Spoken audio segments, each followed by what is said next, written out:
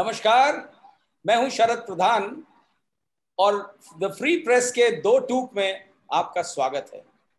यहाँ आज दो टूक में हम चर्चा करेंगे ये जो हाल में उत्तर प्रदेश में ब्लॉक प्रमुख के चुनाव हुए हैं और जिस तरीके का हिंसा इसमें हुई है, बिल्कुल अनकंट्रोल्ड वायलेंस जिस तरीके की हुई है, उसके बारे में हम विचार विमर्श करेंगे और ये देखना चाहते हैं हम कि किस तरीके से इस चुनाव की विक्ट्री को सेलिब्रेट किया जा रहा है।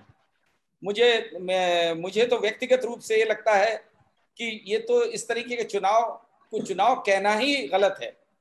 ये जो जितने भी इनडायरेक्ट इलेक्शंस होते हैं, चाहे कोई भी सरकार हो, इस तरह के चुनाव में बल का इस्तेमाल, धन का इस्तेमाल, दुरुपयोग और सरकारी मशीनरी का दुरुपयोग भरपूर किया जाता है और हर पॉलिटिकल पार्टी ये क्लेम करती है कि वाह क्या जीत हासिल करी है हमने। पहले भी होता रहा, लेकिन इस बार भाजपा के राज में, भाजपा वो पार्टी जो अपने आप को पार्टी विद अ डिफरेंस कह के अपनी शान बढ़ाती रही है, उसके राज में भी अब जो हुआ है वो तो सबको पीछे छोड़ देता है। जो कल दृश्य देखे गए, आप सबने देखे होंगे, किस तरीके से पुलिस वाले, एक आईपीएस ऑफिसर टेलीफोन पे, वो मोबाइल फोन पे अपने किसी सुपीरियर को कह रहा है कि सर यहाँ बीजेपी वाले चाकू बंदूक लेकर के आए हुए हैं, लाठी लेके आए हुए हैं, ओपनली बताया जा रहा है। वो आपने देखा है परसों जिस तरीके से समाजवादी पार्टी की एक महिला एक्टिविस्ट के कपड़े की साड़ी खींची गई, बिल्कुल जैसे कि चीरहरण हो रहा। ठीक है, सरकार ने, क्योंकि मीडिया में बहुत हाईलाइट किया गया, सरकार ने एक्शन लिया वहां के दरोगा और सीओ के खिलाफ। ये देखने वाली बात है कि जो लोग उसमें इंसिडेंट में इन्वॉल्व थे उनका क्या होता है। कल एक आईएएस ऑफिसर ने, जो कि सीडीओ उन्नाव के, उन्होंने एक प्रेस फोटोग्राफर जो कि अपनी ड्यूटी निभा रहा था, सिर्फ जो वहां गड़बड़ हुई इसकी तस्वीरें खींच रहा था, उसको अपने हाथों से घसीट करके और लातों से इसको मारा। और उनके साथ बीजेपी का एक वर्कर जो चल रहा था, उसने भी मिलकर के पीटा। उन लोगों के खिलाफ अभी तक कोई कार्रवाई नहीं हुई। मतलब इसमें जो जिस तरह से जीते जाते हैं इस तरीके के चुनाव, और जिस तरह ये जीते हैं, 800-850 सीट में लगभग 650 सीटों का क्लेम किया जा रहा है कि साहब ने जीत ली, हासिल कर ली, समझ में आता है। हम यही बातें, यही चीजों पे चर्चा करने के लिए आज हमारे साथ जो खास मेहमान हैं, उसमें हैं हमारे साथ हमारे पुराने साथी सीनियर जर्नलिस्ट अतुल चंद्रा, और दो विशेष मेहमान, सूर्य प्रताप सिंह, जो आप सब पहचानते हैं, दोनों लोगों का बहुत अच्छे से पहचानते हैं, जो फॉर्मर आईएएस ऑफिसर हैं, जिन्होंने बड़े झंडे गाड़े हैं तरह तरह के, और जाने जाते हैं अपने जुझारूपन के लिए, अपनी ईमानदारी के लिए और सिस्टम गलत चीज के खिलाफ लड़ने के लिए। और साथ ही में हैं farmer IPS officer Amitabh Thakur, जिनके साथ जो ना हुआ हो वो थोड़ा है। इनको जबरदस्ती रिटायर कर दिया गया सिर्फ इसलिए क्योंकि ये सरकार की लाइन टो नहीं करते थे। इन्होंने इनकार कर दिया सरकार की गलत चीज करने से, तो इनको नौकरी से ही बाहर कर दिया गया, कंपल्सरी रिटायरमेंट कर दिया गया। अमिताभ ठाकुर, आप सब इससे वाकिफ हैं। हम इससे सबसे पहले हम चाहेंगे सूर्य प्रताप जी, आपसे ये पूछना कि क्या आपको लगता है कल का जो दृश्य आपने देखा कि एक IAS officer, chief development officer Unnao जिले का, जिसने हाल ही में काफी शोहरत हासिल करी थी, एक बाराबंकी में ये एसडीएम थे, वहां इन्होंने एक मस्जिद गिरवा दी थी, तो सरकार ने इनको इनाम में सीडीओशिप दे दी उन्नाव जिले की। और वहां इन्होंने जो कल कारनामा किया, एक पत्रकार को, प्रेस फोटोग्राफर को अपनी ड्यूटी निभाते हुए में वो बुरी तरह पीटा और पिटवाया बीजेपी वाले से। इसमें आपको क्या लगता है, कहाँ हम किस डायरेक्शन में जा रहे हैं? देखिए दोनों ही घटना, एक घटना वो जिसमें एक एसपीसीटी को चांटा पड़ा, तो मैं कहूंगा झन्नाटेदार पड़ा, और पूरे ब्यूरोक्रेसी नौकरशाही के मुंह पे पड़ा। और ये पढ़ना इसलिए चाहिए था कि नौकरशाही, अगर लोकतंत्र में मानता हूं कि राजनीतिक नेतृत्व तो सुप्रीम है, लेकिन नौकरशाही स्टील फ्रेम है। राजनीतिक लोग अस्थायी हैं, आते जाते रहेंगे, लेकिन स्टील फ्रेम चरमरा जाए और वहां के जो जो नौकरशाही है पूरी उन नेताओं की जूतियों पे गिर जाए, तो ये असर होगा जो एसपीसीटी के साथ में हुआ। और उसका दूसरा नमूना उन्नाव में हुआ, वो भी चाटुकारिता का नमूना है। उसमें सत्ता पक्ष के जो लोगों को जबरदस्ती उठा रहे थे, उनको ले जा रहे थे, उसको दिखाने का प्रयास एक मीडिया वाले व्यक्ति ने किया, तो उसको मारा पीटा, उन्होंने मारा, और एक नेता है वो मार रहा था। इसका मतलब ये सत्ता पक्ष की गलतियों को छुपाने का प्रयास कर रहे थे। तो ये भी चाटुकारिता का नमूना है। उसके बाद आगे आज क्या हुआ है, कल इन्होंने ये काम किया कि उसको बंदूकों के साये में उसको उठा ले गए। जब धरना दिया लोगों ने, वहां के पत्रकारों ने, मेरी बात हुई वहां के पत्रकारों से, लगातार बात हो रही थी, मैंने उनसे कहा मेरी आवश्यकता हो तो मैं आ जाऊंगा आपका साथ देने के लिए। मुझे पता है कि उत्तर प्रदेश का जो मीडिया संघ पहले जैसा हुआ करता था वो अब ऐसा नहीं है, वो तो नहीं उठाएगा आपकी बात, वो तो सड़क पे नहीं निकलेगा, वो तो गांधी प्रतिमा पे आपका आंदोलन नहीं करेगा, मैं आ जाऊंगा आपके साथ में। और तो उन्होंने क्या किया, उस पत्रकार को उठा ले गए, सीडीओ साहब अपने घर ले गए, उसको आम खिलाया, उससे एक बयान रिकॉर्ड कराया। ये गलतफहमी में हो गया, वो नहीं, उनको पता नहीं था कि मैं पत्रकार हूं। अब बताइए, अगर वो सामान्य व्यक्ति भी है, पत्रकार नहीं है, तो ये क्या सीडीओ का हक था मारने पीटने का? उससे एक फोर्स करके उसको अंडर कंपल्शन एक बयान उसको दिलवा लिया, उसको मीडिया में जारी कर दिया, और अपने ट्विटर अकाउंट को जो अनवेरिफाइड था उसको डिलीट कर दिया, और कह रहे हैं उससे जितने ट्वीट हो रहे हैं सब इलीगल है, एफआईआर दर्ज होनी चाहिए। ये काम जो कहते हैं फ्रॉडुलेंट, एक तरह का अनरूली बिहेवियर एक आईएएस अधिकारी का, वो अनएक्सेप्टेबल है। मैंने कहा था कहीं ना कहीं तो कोई खामी रही है ट्रेनिंग में ऐसे अधिकारियों की।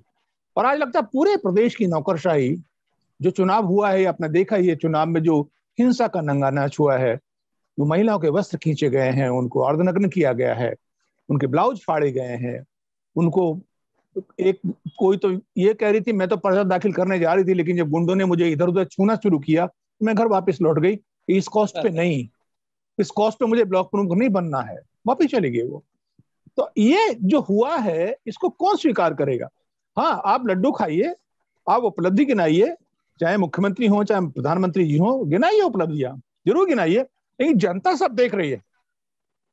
लोकतंत्र में जनता का ओपिनियन सुप्रीम है, जनता के लिए सब कुछ है, जनता के द्वारा सब कुछ है, नेता के द्वारा नहीं है। नेता जनता का सेवक है, वो पब्लिक सर्वेंट की परिभाषा में आता है। तो मैं कल जो हुआ है शरद, वो बहुत दुर्भाग्यपूर्ण हुआ है, और उसका दुर्भाग्य इसलिए और अधिक है कि उसमें जो अधिकारीगण है उनका बिहेवियर, भाई पॉलिटिकल पार्टी तो चुनाव जीतने के लिए लड़ेंगी, कुछ भी करेंगी वो, और पर्टिकुलरली ऐसी पॉलिटिकल पार्टी जो आज सत्ताधारी है, जिसका केवल मतलब सत्ता में रहने का मतलब है चुनाव जीतना, उसका कोई सरोकार और चीजों से नहीं है, कोई उसका जन भावना, जन सद्भावना, लोगों के भलाई, वेलफेयर, उससे कोई मतलब नहीं है। कोई भी कार्यक्रम आरंभ करेंगे, ये अभी छोटे छोटे कई कार्यक्रम आरंभ हो रहे हैं, तो लोग कहने लगे कि आज जैसे 2 अलकायदा के लोग पकड़े गए, तो लोग उसको कह रहे हैं अरे चुनाव आ गया क्या? 4.5 साल में तो नहीं पकड़ रहे हो आप किसी को, कितने पकड़े आपने? इनकी हर चीज चुनाव के नजर में रखते हुए करते हैं। लेकिन ये सब के बावजूद एसपी जिस तरीके से जो प्रधानमंत्री और गृह मंत्री सब और नीति आयोग सब तारीफ कर रहे हैं इनकी, साहब क्या जीत हासिल करी है, मतलब जगह जगह से इनकी तारीफें हो रही हैं, लड्डू बट रहे हैं, लड्डू एक्सचेंज किए जा रहे हैं, पार्टी के वरिष्ठ नेता आ रहे हैं उनको कि साहब आपने क्या जीत हासिल करी है। तो क्या ये लोग ये दिखाना चाह रहे हैं इनको पता ही नहीं चुनाव कैसे जीता जाता है, जीता गया है? देखिए हर पार्टी में, देखिए हर सरकारों में होता रहा है ये थोड़ा बहुत, लेकिन इस सरकार में जिससे बहुत अपेक्षाएं थी, ट्रांसपेरेंसी की उम्मीद थी, जो बात करते हैं, चाल चरित्र आचरण की बात करते हैं, उनसे अपेक्षाएं ज्यादा थी और उन्होंने सारी सीमाएं लांघ दी। और सबसे बड़ा डर यह है लोकतंत्र में कि आप जो हिंसा का एक ऐसा स्केल स्थापित कर दे रहे हैं एक बार, कि आने वाली सरकार जो होगी वो इससे ऊपर जाने चाहेगी, इससे कम नहीं कहेगी। वो सोचेंगे तो अलाउ हो गया, वो आगे क्या करेगी? तो ये दुर्भाग्यपूर्ण, लोकतंत्र में ये कम होना चाहिए ना कि बढ़ना चाहिए। पूर्व सरकारों ने किया, आपने उससे अधिक किया, तो ये दुर्भाग्यपूर्ण है कि आने वाली सरकार इससे अधिक करेगी और आप किसी मुंह से उसका आपत्ति नहीं कर सकते। और इस तरीके का मिसयूज जो है, अमिताभ आप बताइएगा कि आपने इतने सालों सर्विस करी है और अपने अपने तरीके से करी है सर्विस ऑन योर टर्म्स, उसके बाद आपने कभी इस तरीके का दृश्य देखा है कि स्थिति ये आ जाए कि एसपी सिटी को चाटा मार दे कोई पार्टी वाला, या एसपी सिटी फोन पे बता रहा हो किसी को कि साहब देखिए ये बीजेपी वाले जो हैं डंडे और बंदूक लेके चल रहे हैं, और अपनी हेल्पलेसनेस दिखा रहा है? क्या लगता है आपको, हम लोग किस डायरेक्शन में जा रहे हैं और क्या होगा? बड़ा स्कैरी माहौल लगता है। देखिए, मेरा अपना मानना है कि जो मैं करीब 30 सालों की मैंने नौकरी की, तो निश्चित रूप से समय समय पतन ही देखा है। और योगी आदित्यनाथ, मैं सीधे सीधे नाम लूंगा, मैं इसको भाजपा की सरकार नहीं मानूंगा, योगी आदित्यनाथ की सरकार मानूंगा। योगी आदित्यनाथ ने अपने टर्म्स पे सरकार अपने कुछ चुनिंदा अधिकारियों के साथ चलाने का प्रयास किया और it has been a blunder. इसमें कोई शक नहीं कि he has been a completely failed chief minister, atrociously failed chief minister. और जो है उन्होंने सिवाय इस बात के कि कहीं कहीं मतलब एक प्रकार से जो जितने सज्जन लोग हैं, जितने लॉ अबाइडिंग लोग हैं और जितने लोग कुछ आवाज उठा सकते हैं, उनको डराने धमकाने का प्रयास किया। इसके अलावा कोई काम उन्होंने नहीं किया। ये एक पहलू है। दूसरा पहलू जो मेरा मानना है वो ये है कि मैंने भी आज तक ये नहीं देखा था कि एसपी सिटी को कोई ऐसे थप्पड़ मार दे, और एसपी सिटी इसको तो जिसे हम विधवा प्रलाप नहीं कह सकते हैं, वो बुरा मान जाएंगे। और अब तो मैंने जिस एमएलए ने उनको थप्पड़ मारा उसको तो नहीं एफआईआर करेंगे, हम पर एफआईआर जरूर करा देंगे कि आपने विधवा प्रलाप क्यों कह दिया मुझे। तो विधवा प्रलाप करने की जो स्थिति आ गई, ये दूसरा पहलू। और तीसरा पहलू जो मैंने देखा कि जब यह घटना घट गई, हमने भी इसमें एक शिकायत भेजी थी, तो मुझे ट्विटर पे एक संदेश प्राप्त हुआ इटावा पुलिस का, जिसमें जो मुझे सबसे घिनौनी बात लगी, भाई तुम पिटे तो पिटे, तुम कह रहे हो कि इस मामले में हम लोग वीडियो रिकॉर्डिंग देख रहे हैं, टीवी फुटेज देख रहे हैं, और जो दोषी होंगे उन पर हम कार्रवाई करेंगे। अर्थात जो एसपी सिटी बोल रहा था फोन पे, वो झूठ बोल रहा था। एसपी सिटी ने जो खुलेआम कहा, तत्काल कहा, मौके पे कहा कि विधायक था, जिलाध्यक्ष था, बम लिए थे, भाजपा के थे, वह झूठ बोल रहा था। और एसएसपी दोबारा फुटेज देखेंगे और फुटेज में उनको विधायक तो निश्चित नहीं दिखेगा, जिलाध्यक्ष भी नहीं दिखेगा, हो सकता है कोई समाजवादी के दिख जाए, या बसपा के दिख जाए, या कोई पत्रकार दिख जाए, या कोई भी रैंडम आदमी दिख जाए, उस पर ये मुकदमा खोल के तीसरे कर लेंगे। मेरा कहने का मतलब यह है कि पहले तो तुम इस तरह से मारपीट खा रहे हो, अपनी इज्जत का बेड़ा गर्क कर रहे हो, जब कार्रवाई की बात आ रही है तो ढेला भर कार्रवाई नहीं कर रहे हो, और उस पर से जिसको कहते हैं कि क्या बोलते हैं, और भी और खराब, जिसको कोई में खाज बोलते हैं और तमाम चीजें बोलते हैं, करेला पे नहीं चढ़ा बोलते हैं, वो यह है कि अगर किसी आपके या मेरे जैसे आदमी ने इस बात को कह दिया तो तुरंत एफआईआर, हर उस व्यक्ति पर एफआईआर जो कि एक तरह से सिविल सोसाइटी का मेंबर है, एक प्रकार से न्यूट्रल ढंग से सोचता है, जो कि मतलब किसी प्रकार से गलत आदमी नहीं है, और तुरंत एफआईआर का शिकार। यह जो तीसरा है, ये कोड और खाज तीनों लेके चल रहे हैं, लेकिन जैसा हमारे साहब ने कहा, एसपी सिंह साहब ने कहा, यह भुलावे में है। मुझे याद है राजनाथ सिंह साहब ने बहुत पहले एक बड़ा इंटरेस्टिंग बयान दिया था। उन्होंने कहा था, बल्कि जब वो हारे भी थे तब उन्होंने कहा था कि वोट किसी को मिले सरकार मैं ही बनाऊंगा। वो सरकार नहीं बना पाए। योगी आदित्यनाथ ने यह जरूर कर दिया कि वोट किसी को मिला, मेंबर चुन लिया। वो नहीं जानते हैं कि यह मेंढक है यह मेंढक अपने पिता के नहीं है तो योगी के क्या होंगे, ये तुरंत छलक के, तुरंत कूद के, जैसे सरकार बदलेगी और सरकार बदलनी ही बदलनी है, यह दूसरी तरफ चले जाएंगे। आज जो भगवे में दिख रहे हैं सब वो लाल हरे में या जिसमें भी दिखेंगे, और योगी जी की पूरी कवायद सिवाय उनकी छीछा लेकर के कुछ नहीं बचेगी। तो इन लोगों का कोई कमिटमेंट तो है नहीं, जैसे आप ठीक कह रहे हैं कि इन लोगों का कोई पार्टी से कमिटमेंट तो है नहीं, ये तो खरीदे गए हैं, ज्यादा अधिकतर लोग खरीदे गए या उठा लिए गए हैं। तो इन लोगों का अल्टीमेटली आपको क्या लगता है इससे ये मैसेज क्या देना चाहते हैं? क्योंकि जब आप रियल सेंस में जीतते हैं, जैसे जो पंचायत सदस्यों का चुनाव हुआ था वो रियल चुनाव था, डायरेक्ट इलेक्शन था, जनता ने इलेक्ट करे थे, उसके बाद इन्होंने उस मैंडेट को बदल दिया।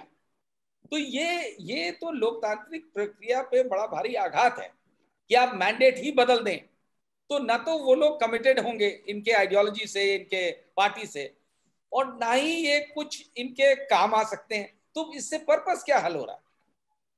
देखिए, पर्पस यही हो रहा है कि अपनी मूर्खता, अपनी कायरता और अपने अपनी बेवकूफियों को जग जाहिर कर रहे हैं। और जैसे कहते हैं कि जो लास्ट क्या बोलते हैं, जिसके कॉफिन में जो लास्ट स्ट्रोक होता है, last nail in the coffin, last nail in the coffin वाला काम करते हैं, आदमी खुद करता है। मुझे देखिए, इंसान के मरने के बाद दूसरे कॉफिन पे लास्ट नेल डालते हैं। मैंने देखा है कि पॉलिटिकल लीडरशिप्स हमेशा अपने कॉफिन पे अपना ही नेल डाल देती हैं, ये उनके वही नेल है।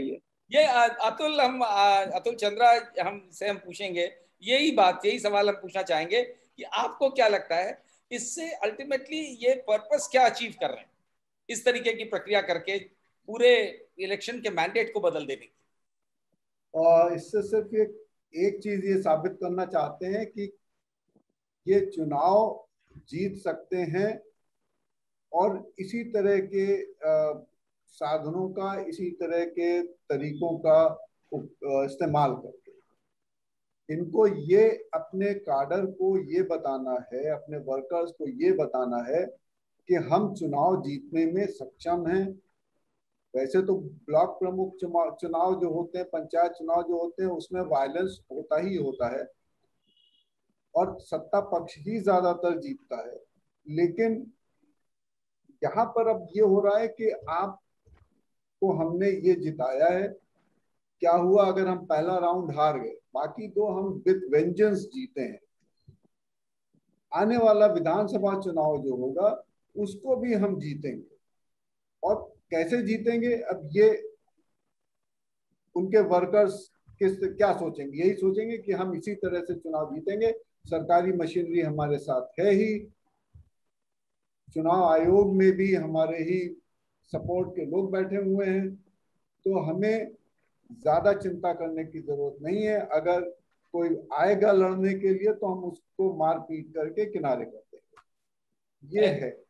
नहीं, बिल्कुल सही कह रहे हैं एसपी सिंह। आपको जो है ये क्या लगता है, ये जो जिस तरीके का माहौल इन्होंने बिल्ड किया है, तो अतुल कह रहे हैं कि इसमें जो आपने सुना इनकी बात कि किस तरीके से ये मैसेज के दे रहे हैं, लेकिन क्या ये करके क्या जो लोग जो दूसरी पॉलिटिकल पार्टीज या दूसरी पॉलिटिकल आइडियोलॉजीज के आ जाते हैं फॉर व्हाट एवर रीजन, चाहे वो दब के आए हों चाहे खरीद के आए हों, तो क्या वो इनके लिए कारगर साबित होंगे आने वाले चुनाव में, या ये सब मीनिंगलेस है? देखिए, अप्रत्यक्ष चुनाव में तो देखिए, नंबर एक तो चुनाव कोई भी पार्टी लाइन पे हुए नहीं थे, सिंबल पे तो हुए नहीं है, एफिलिएशन रहा जरूर।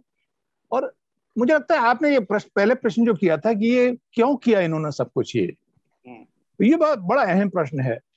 और इसलिए मुझे लगता है क्यों इस प्रश्न को देखें हम लोग, क्योंकि आपको पता होगा अभी हाल ही में लगा था सरकार डामाडोल हो गई, योगी जी की कुर्सी जा रही है, दिल्ली दौड़ रहे थे, दिल्ली से तमाम लोग यहाँ दौड़ रहे थे, तो एक अस्थायित्व का भाव था सरकार में कि भाई हिल रही है कुर्सी। अफवाहें भी खूब उड़ रही थी या जानबूझ के उड़ाई गई थी, लेकिन हुआ था।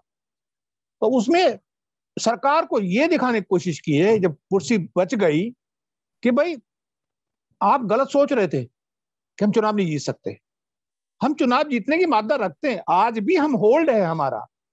तो ये ऊपर दिखाना है आकाओं को, दिल्ली को, कि भाई आज भी चुनाव जीतने की हैसियत में आज भी हम सबसे पॉपुलर हैं। और ये हिंसा, झगड़ा फसाद ये थोड़े दिन बाद भूल जाते हैं लोग, और मेन स्ट्रीम मीडिया इसको दिखाएगा नहीं बिल्कुल भी, तो ज्यादा तक पहुंचेगा नहीं ये। ये खाली ट्यूटर जो इंटेलेक्चुअल क्लास है, जहां थोड़ा बहुत परकुलेट करके नीचे जा जाएगा वहां तक रह जाएगा, नीचे तक जाएगा नहीं ये। लेकिन ये भूल जा रहे हैं कि अब फेसबुक और ट्विटर और सोशल मीडिया नीचे तक परकुलेट कर रहा है, वीडियो नीचे तक बनते हैं, हर गांव गांव में वीडियो बनते हैं। वीडियो आप समझ नहीं सकते हैं कि मेरे जो 75 डिस्ट्रिक्ट्स के हर जिले के 10-10, 15-15 व्हाट्सएप ग्रुप बने हुए हैं, 10-10, 15-15, 1 2 3 4 5 ऐसे, और गांव से भेज रहे वीडियो। इतने वीडियो आते हैं कि हिंसा में 2000, 2500, उनको वेरीफाई करने के लिए 2-2, 3-3 लोगों को लगाना पड़ता है मुझे। आप समझ सकते हैं फील्ड जो मैसेजिंग है, ये जो गलतफहमी इनकी है कि नीचे नहीं जा रहा है, आप कर लीजिए दिखाई नहीं देगा, ये गलत मैसेज है इनका। देखिए इस चुनाव में एक और मैसेज बहुत खराब गया है, और मैंने कोई एक और पोर्टल था उसके लिए इंटरव्यू था, मैं उसमें बात कर रहा था उनसे, मैंने उनसे कहा था देखो इस राज्य की एक विशेषता है, राज्य में एक नेतृत्व है, और नेतृत्व में वो व्यक्ति हैं, उनके दाएं नाम के पीछे योगी लगा हुआ है। योगी का मतलब संत, चोला है, एक मठ के मठाधीश हैं। ये बात अलग है कि ठीक है वो राजनीति ज्वाइन कर लिया, एक मठाधीश को, एक संत को, वैदिक परंपरा के अनुसार, सनातन परंपरा के अनुसार संत राजा नहीं बन सकता, राजा तो संत बन सकता है, राजा का आचरण संत के रूप में हो सकता है, लेकिन संत तो स्वयं राजा नहीं बन सकता। भैया जैसे द्रोणाचार्य थे या जितने धर्मगुरु हुआ करते थे, धर्माचार्य होते थे राजाओं के यहाँ, वो राजाओं को परामर्श जरूर देते थे, लेकिन स्वयं राजा नहीं बन बैठते थे वो, चाहे कितने लोकप्रिय थे। लेकिन ये मैसेज गया है कि भाई एक संत के चोले में व्यक्ति जो बैठा है, एक मठाधीश, उनसे हिंसा की अपेक्षा नहीं है, उनसे क्रूरता की अपेक्षा नहीं है। लोगों को अपेक्षा रहती है कि ये एक जैसे होता है ना कि संत वो है जिसको आंतरिक उत्कर्ष हो, जिसको विकास हो अंदर से, लोगों की एक्सेप्टेंस हो, ज्यादातर मां सबकी, कटिंग अक्रॉस धर्म, कटिंग अक्रॉस कास्ट, सबके एक्सेप्टेंस हो, सबके परमार्थ के लिए कार्य करे, वो एक संत की परिभाषा है। तो ये टूटी है, ये मिथ टूटा लोगों का, ये मिथ टूटा इससे कि भाई ये तो संत थे, लेकिन जो हिंसा हुई है ये हिंसा संतत्व नहीं दिखाती है, ये संतत्व का परिचय नहीं दे रही है, ये मैसेज गया है और लोगों का भ्रम टूट रहा है। इसका नुकसान कह रहा हूं मैं, सत्ता को नुकसान हो रहा है। सत्ता को देखो, कोई भी जो सत्ता में रहता है वो कभी भी ये नहीं सोचता कि मैं हारूंगा कभी। बड़े बड़े लोग जितने भी रहे हैं धराशायी हुए वो लोग बार बार, वो सोचते हैं मैं जो कर रहा हूं ठीक कर रहा हूं। जब चाटुकार साथ में रहते हैं आपके हर एक्शन की अप्रिशिएट करते हैं, वो गलत हो सही हो सबको अप्रिशिएट करते हैं वो। तो यही सरकार के साथ हो रहा है। मुझे लग रहा है कि इनको भ्रम और बढ़ता चला जा रहा है, इनका अहंकार बढ़ता चला जा रहा है। इनको लग रहा है 2022 का चुनाव भी ऐसी लड़ाई झगड़ा, छीना झपटी, फोर्स के बल पे। आज तो मुझे किसी ने बताया फोन करके कि जो पैराफर्नेलिया पूरा वेस्ट बंगाल में था 200-250 लोगों का, जिसमें सोशल मीडिया ट्रोल्स हैं 150-200, वो सब लखनऊ आ चुका है। पूरा का पूरा अमला लखनऊ, पूरा बारदाना लेके, अपना पूरा इक्विपमेंट लेके सब आ गए हैं। तो मैंने कहा ठीक है, अब तो सूर्य प्रताप सिंह को गालियां मिलेंगी, संख्या बढ़ जाएगी ट्विटर पे, सो व्हाट, ठीक है मैं समझ गया। फोन करके बता रहे लोग मुझे कि सर ऐसा हो रहा है, लेकिन इनकी गलतफहमी है, वो गलतफहमी वेस्ट बंगाल में टूटी, लेकिन इनको होश नहीं आया अभी। मुझे लगता है जिस तरह का आचरण इनका होता चला जा रहा है, ये गलतफहमी उत्तर प्रदेश में भी टूट जाएगी, तब इनको होश आएगा अरे ये क्या हुआ। अभी भी मैं तो हमेशा बार बार कहता हूं, देखो संभल जाओ, रोजगार दो, लोग जो मरे हैं उन लोगों को 2 लाख 4 लाख रुपए आपको देना है, वादा है प्राइम मिनिस्टर का, दो उनको। जो 4000 करीब जो हमारे अनाथ हुए बच्चे, उन बच्चों को रिहेबिलिटेट करो, उनको पढ़ाई शिक्षा का दो। किसानों का 11,000 करोड़ का मूल्य भुगतान है, वो पेमेंट करो। आप दोगुना आय आपको करनी थी, उस पर कदम उठाओ, नहीं उठा रहे हो लोग। बिल्कुल सही कह रहे हैं आप। ये अमिताभ, ये जिस तरीके की जो बात एसपी सिंह कह रहे हैं, ये लगती, बिल्कुल सही लगती बात। और क्या ये कह करके ये सारी चीजें, तो क्या जो दिल्ली में बैठे हैं बड़े बड़े नेता इंक्लूडिंग प्राइम मिनिस्टर, उनकी आंख में पट्टी बंधी हुई, क्या उनको नहीं पता लग रहा है कि असलियत क्या है? ये कहने की बात नहीं है सिर्फ, ये तो समझने की बात है। और इतनी तो ज्ञान उनको हो गई और दिख भी रहा है, इंटेलिजेंस भी रिपोर्ट्स आती होंगी उनके पास। तो क्या उसके बाद भी ये लोग पट्टी बांध लेना आंख पे उचित समझते हैं और सोचते हैं कि बस इसी से गाड़ी चलेगी? देखिए, मेरा अपना मानना है, जो थोड़े बहुत जैसे मुझे अवसर मिला जब सरकारें जा रही थी और उस समय जब कभी गलती से किसी मुख्यमंत्री वगैरह से मुलाकात हो गई औपचारिक रूप से सर्विस के दौरान, तो जो मुझे समझ में आया कि जो आप और हम देख रहे होते हैं खुली आंखों से, मुझे लगता है कहीं ना कहीं वो आंख जरूर बंद कर लेते हैं ऐसे अवसरों पर जब उनकी हाथ से चीजें निकल रही होती हैं, वो आंख जरूर बंद कर लेते हैं। कुछ ना कुछ भ्रम जरूर हो जाता है, जैसे पावर करप्ट वाली बात जो कहते हैं, या फिर मान लीजिए सत्ता का दम्भ, सत्ता का नशा कहते हैं। तो मुझे लगता है ये पूरी तरह गलत नहीं है, क्योंकि कई बार हमें लगा कि और सब लोग समझ रहे हैं। अब मान लीजिए योगी जी के मामले में तो यहाँ भी है कोई है, और दिल्ली में भी कोई है, दिल्ली में भी कोई है जो इनका ऊपर नीचे कर सकता है। लेकिन मुलायम सिंह जो थे, या अखिलेश थे, या मायावती थी, वो तो सार्वभौम थे, उनके उनके ऊपर कोई नहीं था, कोई नहीं से। लेकिन उनको ऐसा एहसास नहीं हो रहा था कि हम पैदल होने वाले हैं, और बेचारे पैदल हुए समय समय पे। तो मुझे लगता है कि कई बार उनको जो आस पास चाटुकार होते हैं, वो इतना अधिक उनको चाट लेते हैं कि मुझे लगता है कि उन्हें केवल फिसलन ही फिसलन उनके रहती है, कुछ न कुछ उनके कंफ्यूजन जरूर हो जाता है, मुझे ऐसा मेरा मानना है। और हकीकत से बिल्कुल अपने आप को, रियलिटी से अपने आप को बिल्कुल परे कर देते हैं। अब जैसे योगी जी जब सुबह उठते होंगे, तो जो मैं समझ पा रहा हूँ, तो उनके जो परम प्रिय है अवनीश अवस्थी जी, वो पहुंच गए और उन्होंने कहा कि साहब बधाई हो। उसके पीछे मान लीजिए नवनीत जी सहगल पहुंच गए, उन्होंने कहा बधाई हो। और उसके पीछे दो चार और जो खास है, संजीव मित्तल पहुंच गए, ये पहुंच गए। तो जब इतनी बधाइयां मिल गई और सब एक पे एक कदावर IAS अफसर दिख रहे हैं, डीजी साहब पहुंच गए, तो उसके बाद उनको जो मान लीजिए कोई कार्यकर्ता चीखते हुए कह भी रहा है क्षेत्र से कि महाराज जी ठीक नहीं, तो कह देंगे तुम बेवकूफ हो, मेरे तो सारे लोग कह रहे हैं कि मैं जीत रहा हूँ। तो मुझे लगता है अच्छा, जितना अच्छा मान लीजिए वो IAS अफसर जो दिन भर यही काम किया है, अब हर आदमी सूर्य प्रताप सिंह है नहीं जो सच बोलता रहा हो, तो जो केवल लोक लुभावन बात करती कहनी है, उसको जाके कान फूकना है और मौज लेना है बदले में, तो उसकी बातें मुझे लगता है कि जो मैकेनिज्म है उसकी बातों के सामने वो हो जाता है, और अपने असली कार्यकर्ता को कोई अपना दुश्मन मानने लगता है, उसकी कटु बातों को सोचता है कि ये मूर्ख है या झूठ बोल रहा है। तो कोई ये भी हो सकता है कि जो लोग जो सच बताते हो उनको किनारे कर दिया जाता है, जैसे वो जो पुलिस अफसर जिसका विजुअल चल गया है, जो वीडियो चल रहा है कि वो फोन पे बता रहे हैं अपने किसी सुपीरियर को कि इस तरीके के हालात है बीजेपी वाले, तो हो सकता है थोड़े दिनों में उनके खिलाफ कार्रवाई हो जाए। हो ही जाएगी, वो इसमें नहीं होगा, उनका कुछ और खोज लिया जाएगा। उनको जो भाजपा शब्द कहना, उनके लिए भ से भाजपा, भ से भारी जरूर पड़ेगा उनको।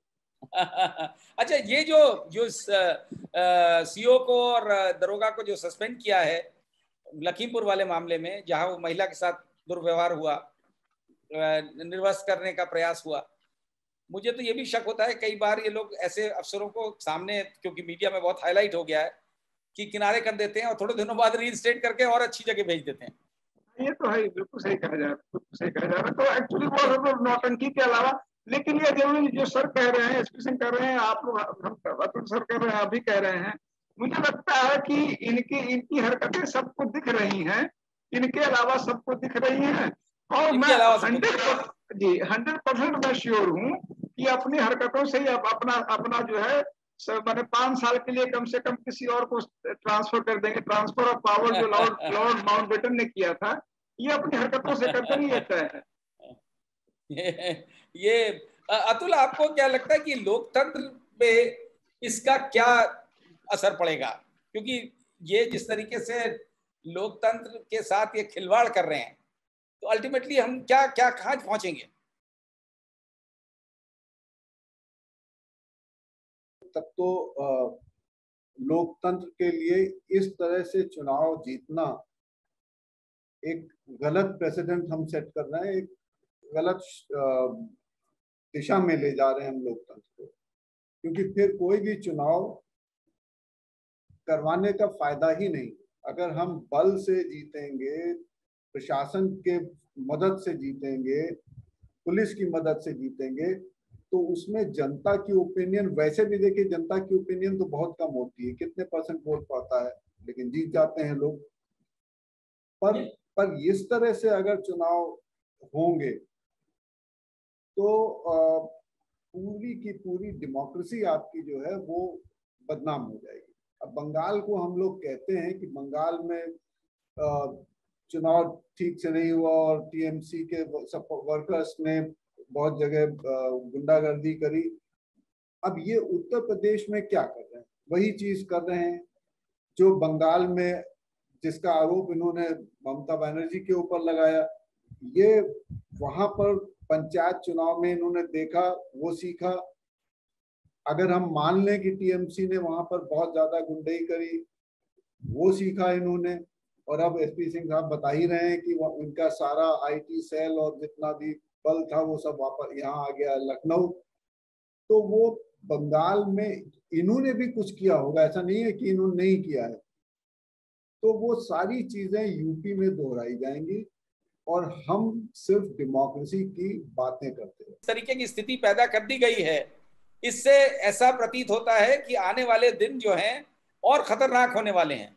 और यही चीज का इस्तेमाल, जैसा आप लोगों ने सबने कहा और मुझे भी लगता है कि ये पूरा प्रयास होगा कि इसी तरीके की नाजायज तरीके इस्तेमाल करे जाएं आने वाले जो बहुत ही महत्वपूर्ण स्टेट असेंबली इलेक्शन है मार्च 2022 में।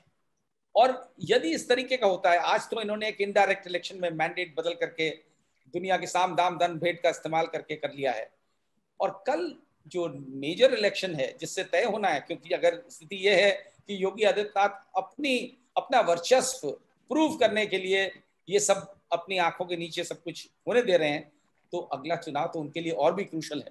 क्योंकि बात जो आई है सामने कि जिस तरह से तनातनी चली बीच में योगी आदित्यनाथ और प्राइम मिनिस्टर नरेंद्र मोदी के बीच, और उनकी कुर्सी भी डामाडोल हो गई थी। लग रहा था कि शायद दिल्ली वाले इनको अब आगे रहने नहीं देंगे, लेकिन इन्होंने अपनी स्थिति मजबूत बना ली है फिलहाल के लिए। और ऐसा प्रतीत हो रहा है अब जिस तरह से बात पे प्राइम मिनिस्टर की प्रशंसा करते हैं, तो लगता है कि जो है फिर से आपस में तालमेल बैठ गया है। और उसको पुख्ता करने के लिए इनको प्रूफ करना होगा कि ये वाकई में लीडर हैं, क्योंकि अभी तक कोई इलेक्शन इनकी लीडरशिप में जीता नहीं गया था। ये पहली बार है जो ये वाला इलेक्शन, जो इनडायरेक्ट इलेक्शन था, उसको जीत करके इन्होंने अपने लिए एक अलग स्थान बनाने की कोशिश करी है, अपनी identity as a leader establish करी है। जो ये चाहेंगे कि फिर से सामदान दंड भेद का चाहे कुछ भी इस्तेमाल करना पड़े, अगले चुनाव में भी इसी तरह से ये अपना वर्चस्व कायम कर सकें पार्टी के अंदर। ये आने वाला समय बताएगा कि किस तरीके से स्थितियां बनती हैं और क्या क्या हमें अभी और देखना पड़ेगा ये लोकतंत्र की गिरती हुई हालत में। और उत्तर प्रदेश जो कि प्रदेश का सबसे बड़ा प्रदेश है, 22-23 करोड़ लोग रहते हैं, अगर यहाँ के लोकतंत्र डामाडोल हो गया तो आगे क्या होगा ये वाकई में ये भगवान जाने। आप सबका बहुत बहुत शुक्रिया, एसपी सिंह, अमिताभ ठाकुर, अतुल चंद्रा, आप सबका बहुत बहुत शुक्रिया। आप लोगों ने बहुत अच्छे विचार रखे और मेरा ख्याल है हमारे दर्शकों को भी सोचने पर मजबूर किया कि हमें अपने जो हालात पैदा हो रहे हैं, जो बिगड़ रहे हैं, उनके ऊपर ध्यान देना चाहिए, उसके ऊपर कंसर्न उठाना चाहिए और अपनी आवाज़ उठानी चाहिए। आप सबका बहुत बहुत धन्यवाद।